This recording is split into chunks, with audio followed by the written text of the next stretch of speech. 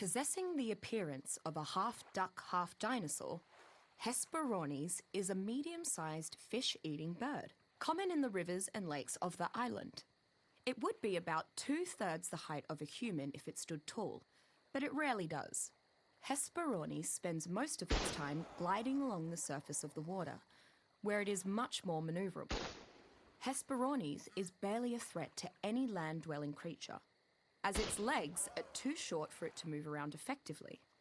But it is surprisingly fast in the water. It can easily hunt down fish and other small water-dwelling creatures. Not particularly useful for hunting and not being affectionate, Hesperornis is primarily kept for the eggs it produces after consuming much fish. When rendered correctly, the eggs separate into two useful substances. One is a protein substance that is high in calories, and the other is an oily liquid that is effectively the same as the oil found in the ocean.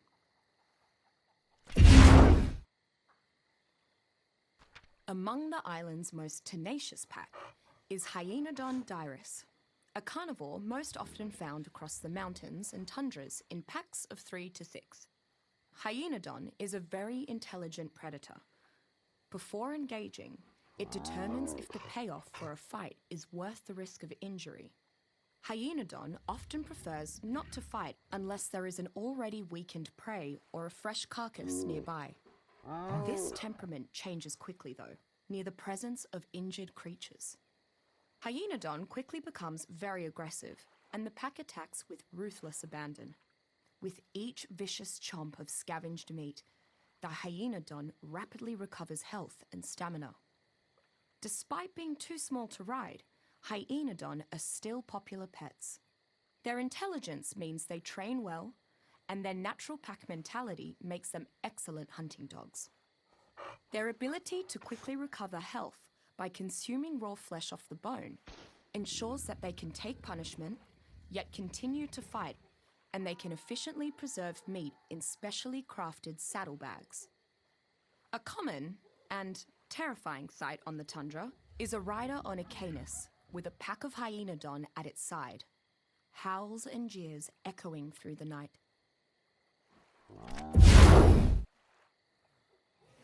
Among the most vocal creatures on the island, Ichthyornis piscoquis actually appears to be a relatively normal seagull. It primarily eats fish, and its distinctive cries can be heard echoing over across the island's many beaches. As you might expect from a seagull, Ichthyornis will flee at the slightest provocation. Ichthyornis is a versatile and opportunistic hunter. Its primary form of attack is to dive into the top layers of water and impale its prey. However, since its food source can be unpredictable, Ichthyornis has developed a keen ability to steal food from unsuspecting travelers. Their affinity for shiny objects leads them to sometimes knock tools and weapons out of the hands of unsuspecting survivors. But Ichthyornis is too small to actually fly off with them. Ichthyornis surprised me by being a very loyal and very social creature once tamed. It likes to ride on its owner's shoulder and bring that person treats, in the form of fish, of course, which its beak grip enhances with extra healing vitamins. The personality of Ichthyornis reminds me of a house cat hauling a trophy prey back home, except it brings extra healthy fish instead.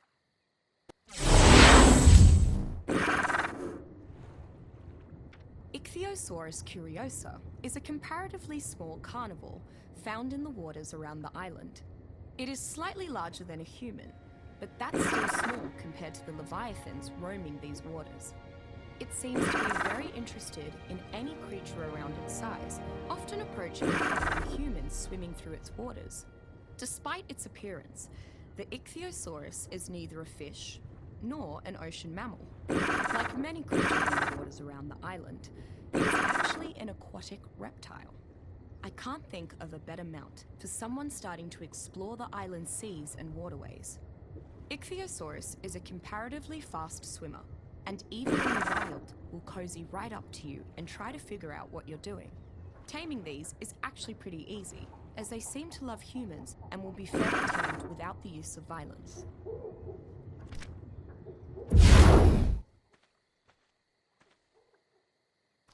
Of the many creatures I've yet encountered on the island, the iguanodon vicissitudinus has the distinctly versatile capability of switching its primary method of locomotion according to its momentary needs. Primarily a rather lethargic bipedal herbivore native to the island's many grasslands and forests, in situations where increased speed or maneuverability is called for, it will quickly shift its posture into quadrupedal stance and behave like a very different creature. While bipedal, it can employ rapid stabbing attacks with its distinctive thumb spikes. In quadrupedal stance, conversely, it seems to have an endless supply of stamina, even while sprinting. Interestingly, the iguanodon's thumb spikes also provide it with the capability to pick seeds out of fruits, allowing a farmer to easily convert stacks of fruits into stacks of seed for planting. Combined with its highly effective fruit harvesting and substantial carry weight, the iguanodon's excellent mobility in bipedal stance makes it an ideal field hand that can also pull off a quick getaway or an agile defense when needed.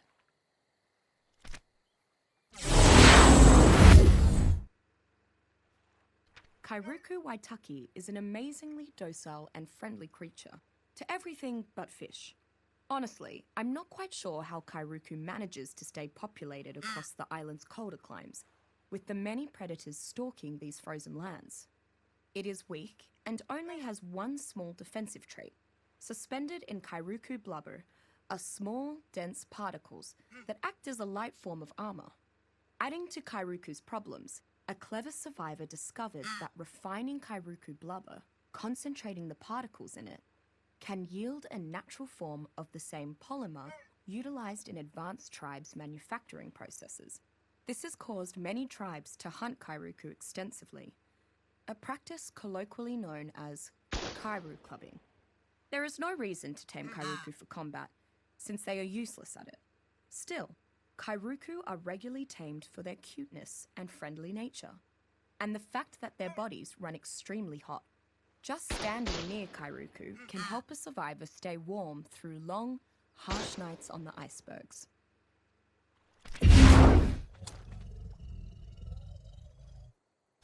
A smaller relative of Sarcosuchus, Caprosuchus paludentium, is a water-based carnivore primarily found lurking among the island's swamps.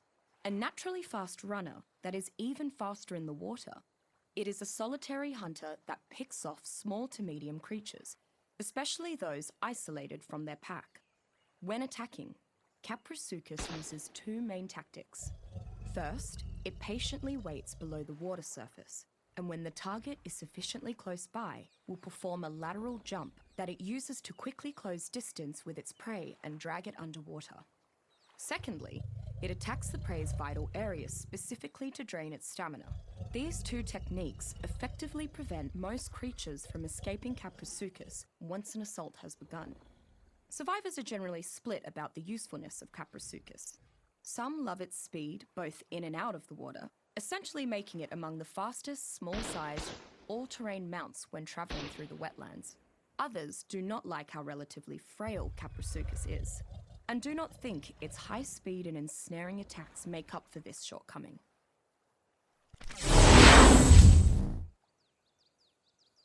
While Kentrosaurus ethiopicus is considerably smaller than its close relative, Stegosaurus regium, it is much more formidable in matters of self-defense. In fact, it is arguably the pound-for-pound champion of not only the Stegosaurus, but when encountered in close-knit fighting packs, ranks atop the island's herbivorous dinosaurs in general.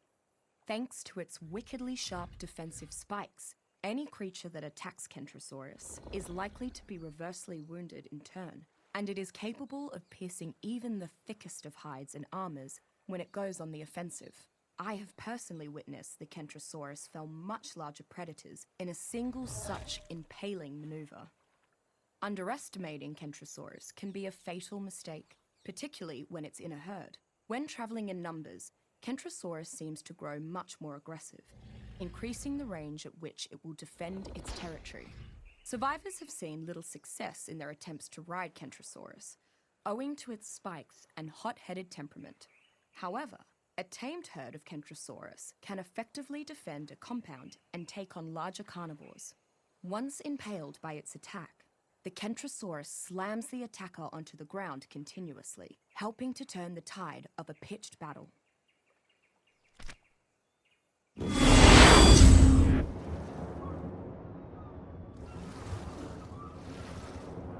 Leadsichthys conviviumbrosia is probably the largest fish in the waters around the island. Its meat is also extremely succulent, a surprise given its size. It is often traded with the same value as prime meat and colloquially called prime fish. Of course, not all Leadsichthys meat is this high quality, but most of it is. While the demand for Leadsichthys meat is high, the fish is notoriously difficult to track and hunt. Between its large size, powerful attacks, incredible speed when it turns to flee, and humankind's general ineptitude on open water, actually killing a Leadsichthys is one of the island's more difficult tasks. The hunt for an extremely elusive breed of the fish, the fabled great albino Leadsichthys, has been known to drive otherwise sensible men and women mad with obsession, as if all evil were visibly personified and made practically assailable in this one creature. Despite its large size and the fact that it may well be strong enough to carry heavy loads, Leadsichthys does not appear to be intelligent enough to tame. Nevertheless, some large tribes keep an enormous pen with a few Leadsichthys trapped inside for cultivating purposes, as bits of prime fish can be repeatedly scraped off the gargantuan beast without killing it.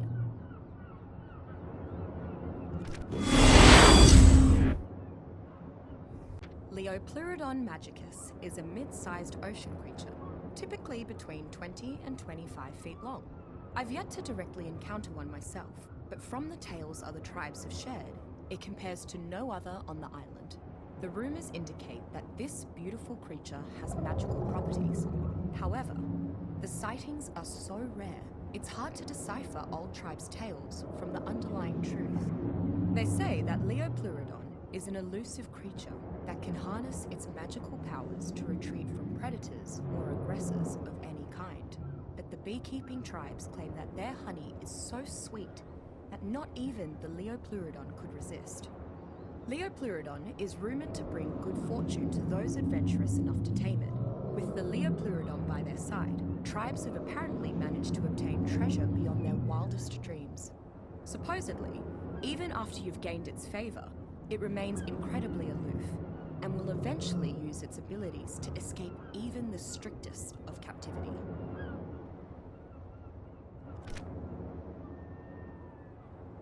Lystrosaurus amica fidelis is a small herbivore, common to much of the island. Only about 2 feet long, it is not high on the food chain and eats small plant life. The island's poisonous insects seem to have little effect on Lystrosaurus. Despite being among the island's tinier herbivores, Lystrosaurus is an incredibly resilient survivor. It recovers its torpor and health much faster than most creatures, which makes rendering a Lystrosaurus unconscious a rather difficult affair. Not surprisingly, Lystrosaurus is an extremely loyal pet once tamed. It's a very fast learner, so it gains experience much more quickly than most other creatures. Additionally, its presence nearby appears to inspire allies, making them learn more rapidly as well. Thusly, Lystrosaurus is an excellent addition to any tribe's hunting party.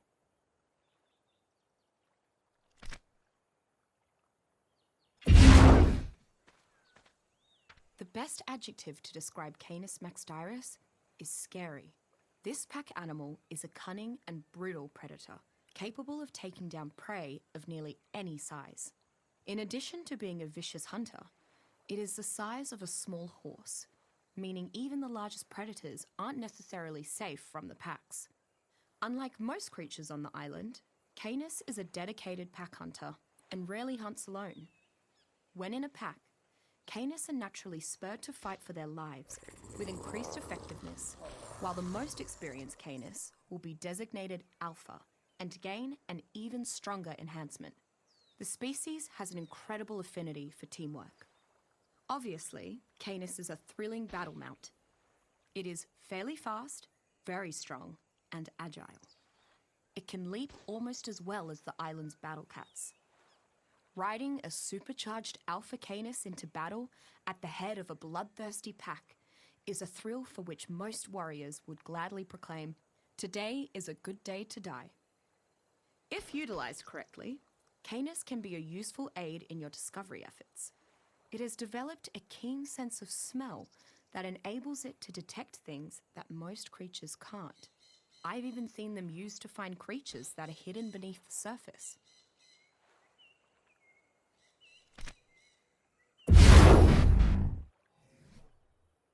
Seeing the likes of Mammuthus steinkaput alongside dinosaurs is still strange. This behemoth towers over many creatures on the island and doesn't seem to fear anything but the Tyrannosaurus. I've seen them stomp would-be predators out of their way. Mammoths can grab and throw things with their powerful trunks and manage a fearsome trumpeting roar with them as well. At first, I wondered how herds of mammoths were able to find enough plant life to graze on, but then I saw them sweeping up thatch and foliage with their tusks and stomping branches out of trees. Mammoths generally thrive in colder areas and have a herd mentality. They must spend much of their time traveling between the mountain's cold summit and more lush base, and maybe their herds are the reason why the summits are so barren. Mammuthus steinkaput is a difficult beast to domesticate, not because they are inherently stubborn, but because knocking one out to begin the taming process takes great effort.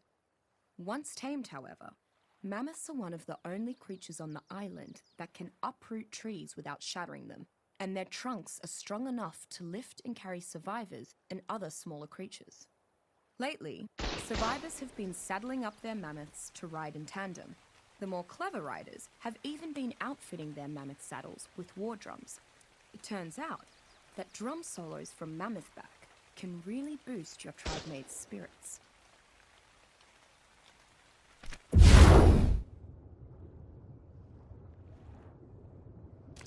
Here is another example of a creature that seems to have evolved beyond its historical traits. Everything points to this being a saltwater ray, but Manta mobila has developed the ability to swim into the island's rivers and shallows, as well as through the open ocean. Perhaps there were originally two types of ray on the island before, but years of interbreeding combined their lineage. Normally docile, Manta mobila is a carnivore only in that it naturally consumes plankton. Fortunately, Manta mobila is usually not aggressive, unless encroached. Its tail is incredibly sharp and can pierce through thick hide and armor with ease. While not the fastest swimmer around the island, Manta mobila is among the deadliest of small ocean mounts. Tribes who value striking power over speed often keep large schools of manta to ride. Its capability to briefly leap out of water provides it a showy tactic for avoiding combat as well. A quick jab through the heart of an unsuspecting survivor can easily take them by surprise. Thusly, many tribes use it as an escort for their slower cargo-carrying swimmers.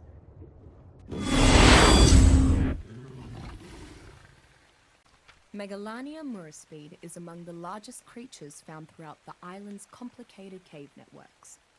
Reaching up to 3 meters long, it can traverse vertically up cave walls with little difficulty thanks to its powerful claws. Fortunately, Megalania's size means it is unlikely to sneak up on anyone. Unfortunately for spelunkers, it is an aggressive and dangerous creature nonetheless.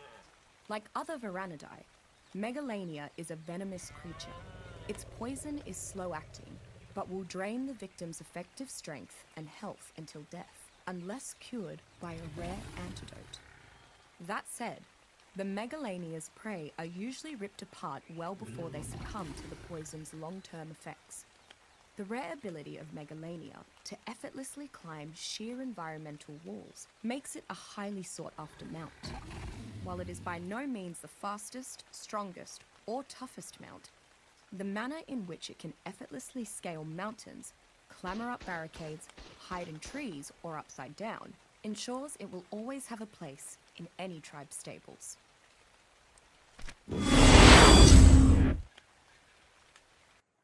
Megaloceros latus coronum is a very skittish herbivore, found mostly in the forests and mountains of the island. Because of its large size, its fraught demeanour would be strange in any other place. But Megaloceros knows how fierce the predators of the island are, and that it is safer to flee from them than to risk its life in a fight. The antlers of Megaloceros are very large and make for an excellent source of keratin. This, of course, makes it a valuable resource. Unfortunately, hunting Megaloceros is not easy because of their quick speed and ability to bound over most obstacles. Megaloceros is a jack-of-all-trades creature, and many who ride it value its versatility. It is decently powerful, and its resilience, speed, and ability to jump often come in handy. Finally, the male Megaloceros charging horn attack tends to cause targets to bleed, decreasing their health, stamina, and speed until healed.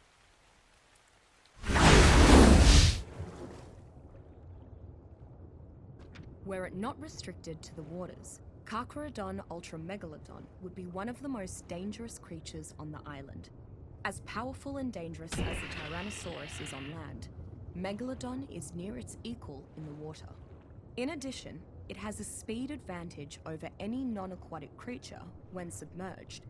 Megalodons need large quantities of food to sustain themselves, so they attack most creatures immediately on sight. Smaller fish are the sole exception I've seen. I believe this is because they cost more energy for megalodons to catch than the predator would gain. Having access to the resources and treasures hidden deep within the ocean is near impossible without a domesticated sea creature. The megalodon, though difficult to domesticate, proves to be very useful when exploring the deep sea. It's not the most efficient swimmer, but it should be able to protect your cargo should you find yourself in a hostile encounter.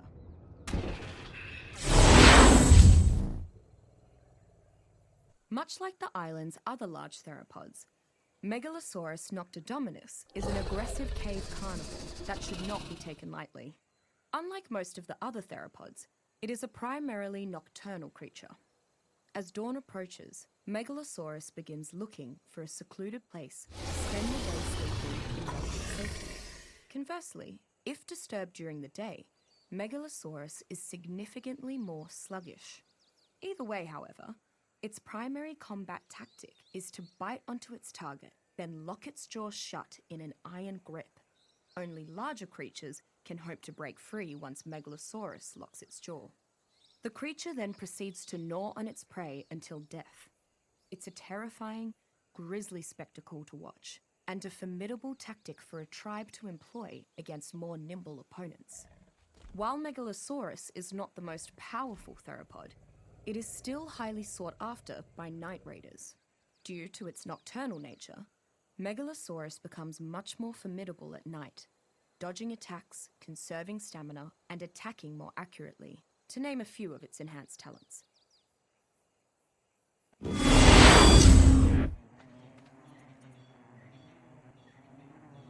Meganeura quadpenna is an especially large species of dragonfly. Actually, it is a type of griffinfly, an extinct species of invertebrate that looked similar to dragonflies. Like most griffinflies, Meganeura is carnivorous, but it is typically not aggressive towards humans, unless provoked or challenged for food. It lives primarily in the wetter, heavier, wooded areas, such as the jungles. Meganeura is a natural predator of most of the smaller insects on the island. Though not often aggressive, Meganeura will not turn down a free meal. They quickly appear in large numbers to scavenge off the victims of Pulmonoscorpius, rendered unconscious and unable to defend themselves. Of course, the insects do have to avoid the Pulmonoscorpius itself. I have noticed it is unwise to disturb a flock of feeding Meganeura. The size of the insects on the island confounds me. The way these creatures diffuse oxygen should limit their size, but Meganeura and other bugs seem to be able to advance beyond this restraint. If there is more oxygen in the air, this could explain Meganeura's growth.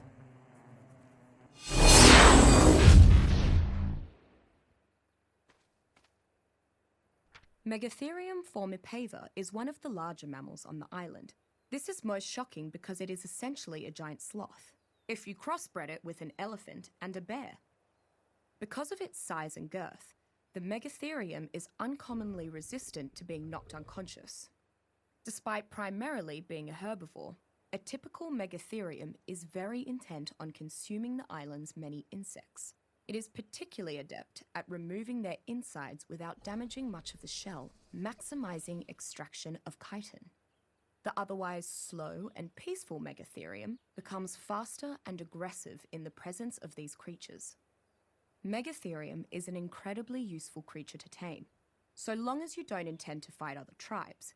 Its enormity, high resistance to torpor, and voracious attitude toward insects and arachnids makes it ideal for farming large quantities of chitin from the bugs of the island, or simply defending against them.